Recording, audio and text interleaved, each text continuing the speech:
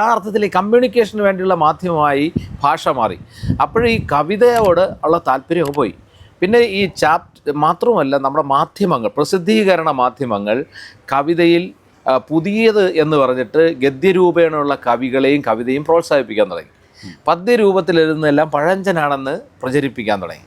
അങ്ങനെ വ്യത്യസ്തമായ പ്രശ്നങ്ങൾ വന്നു. അപ്പം മധുസൂദനൻ നായർ സാറിൻ്റെ ധാരാളത്ത് പ്രാന്തനൊക്കെ നന്നായി കത്തി നിന്നു.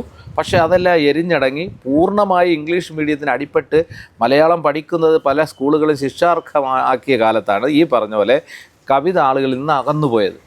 അപ്പോൾ ആ ഒരു ഗ്യാപ്പിലാണ് ഒരു പക്ഷേ ഈ കന്നഡ എന്ന കവിത വീണ്ടും ശക്തമായി കടന്നു വരുന്നത്. ആ അർത്ഥത്തിലാണ് മലയാളിക്ക് കൃത്യമായ ഒരു കാവ്യ അനുശീലനമുണ്ടെന്നും മലയാളിക്കൊരു കാവ്യ വഴക്കമുണ്ടെന്നും അത് ആസ്വാദനത്തിന് അതിൻ്റേതായ ഒരു തലമുണ്ടെന്നും ഉള്ള ഒരു ധാര നിലനിൽക്കുന്നുണ്ടല്ലോ.